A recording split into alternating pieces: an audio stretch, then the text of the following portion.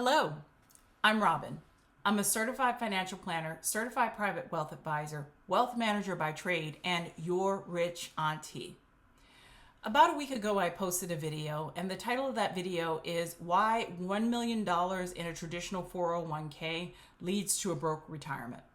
And wow, I got a lot of views and responses to that video. I also got a lot of comments, and some of the comments were very, very good.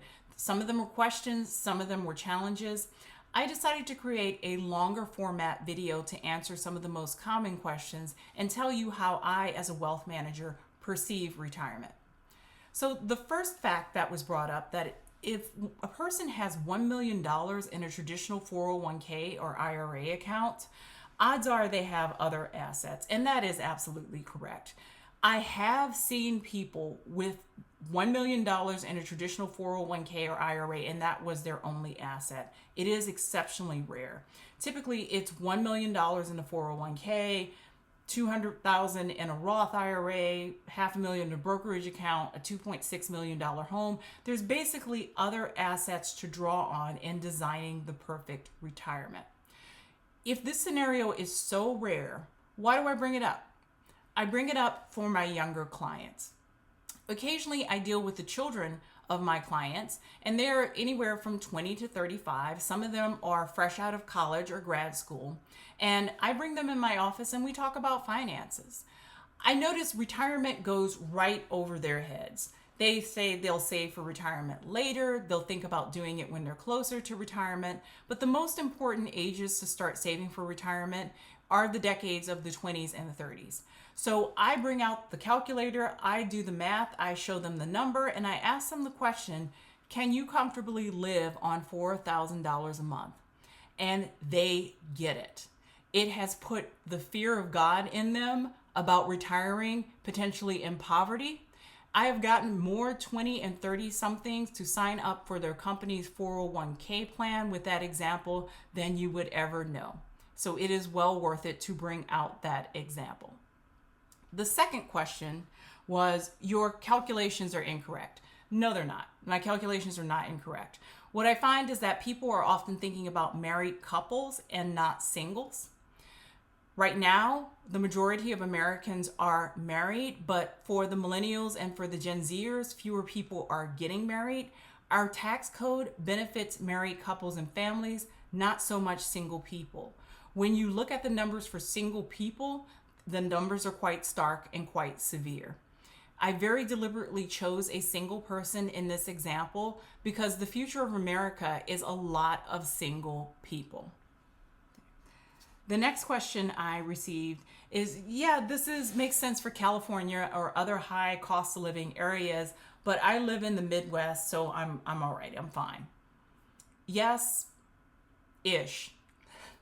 If you're in retirement or close to retirement and you have $1 million in a traditional 401k account, I encourage you to verify this with a financial advisor, but odds are you're going to be okay. Also, if you're living in the Midwest, odds are that you're married. So you don't just have one Social Security, you have two Social Securities. You have that Social Security coming in from your spouse. The people who I think are really in the danger zone are the people who are under 45, the people who have 20 plus years left into retirement. The uncertainty about the future of Social Security and the beating that inflation will put on their retirement numbers. So, it's hard to project out what's going to happen over the next 20 years. And I always say that to clients that are younger when we're trying to make projections for their retirement. But we know there's going to be changes to Social Security. We know that fewer people are getting married, and doing retirement solo is a much harder. But, if you start early enough and if you remain consistent with it, it's a goal that is achievable even for single people. Another thing that a person brought up was that there's a flaw in the 4% rule, and you can actually withdraw more from a portfolio. Well, yes and no. Okay, if you're 70 years old, the 4% rule probably makes sense. If you're 85, you can probably draw more than 4% and be fine. If you're 50, the 4% rule just doesn't quite work the same. And if you're younger than that, it completely falls apart. So this individual was saying that they could take up to 8% of their portfolio, depending on age and a host of factors. That may be true, but it's not true for the vast majority of people in early stage retirement or preparing for retirement. It is more nuanced than just a straight 4%. Healthcare.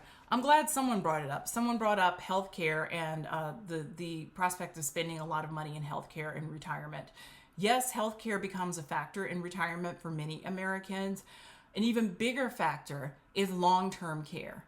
Now, long-term care has decimated many of a person's retirement account because Medicare doesn't cover a lot of long-term care expenses. And if you have a heart attack or a stroke or a fall and you require intensive medical needs, that money has to come from somewhere, and oftentimes it comes from savings or retirement account. Now, I have mixed thoughts about long-term care policies. That's a whole other video I can go in, and that could take an hour conversation. Do I personally, as a financial advisor and wealth manager, have a long-term care policy? You betcha. Do I have conversations with my clients about long-term care? Absolutely. Long-term care and healthcare is a huge threat to retirement, and I'm glad someone actually did bring it up.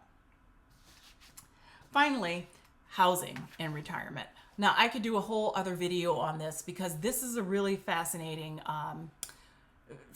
topic, and it really does interplay with retirement.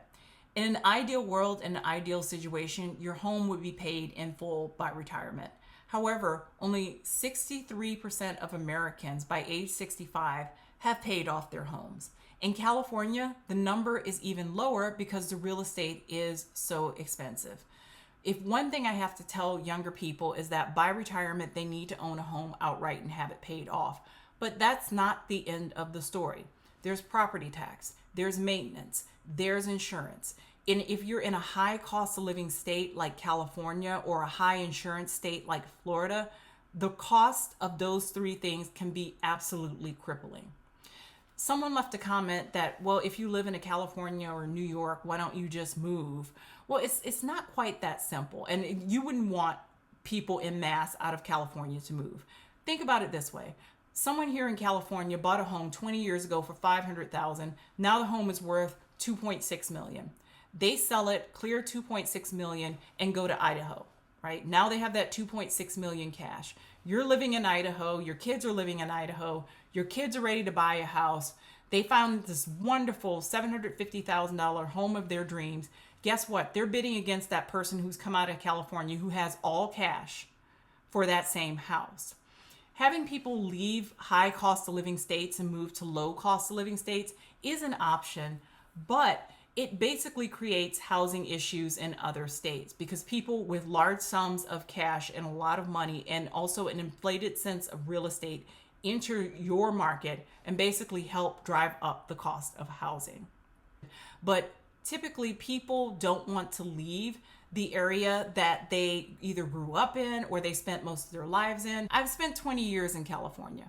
My network is here. My friends are here. I love California. After putting in 20, 30 years of work to say, well, just leave, pick up, move somewhere else, may not be that appealing to me. And especially if you have long-standing roots here or you have family here, you may not be so quick to pick up and move. The point of this video on YouTube of saying 1 million in retirement will leave you broke is to say that retirement for tens of millions of Americans is a far less certain path than it was a generation ago. There are questions about Social Security. There are questions about inflation. There are questions about housing prices and how much can a person really save over their working career for retirement. Personally, as a wealth manager, I think we're reaching a point in our society where we're going to have to reconceptualize retirement. The idea of working for 40 years straight and then not working for 30 years and living off your savings and Social Securities, the numbers just really don't support that anymore. And maybe we're going to have to come up with another way to help people, maybe older people, continue to produce and continue to contribute to our society. So there you have it, a wealth manager's perspective on retirement. Comments are great. Keep them coming. If you found this information in this video useful, please like, please share, and please subscribe.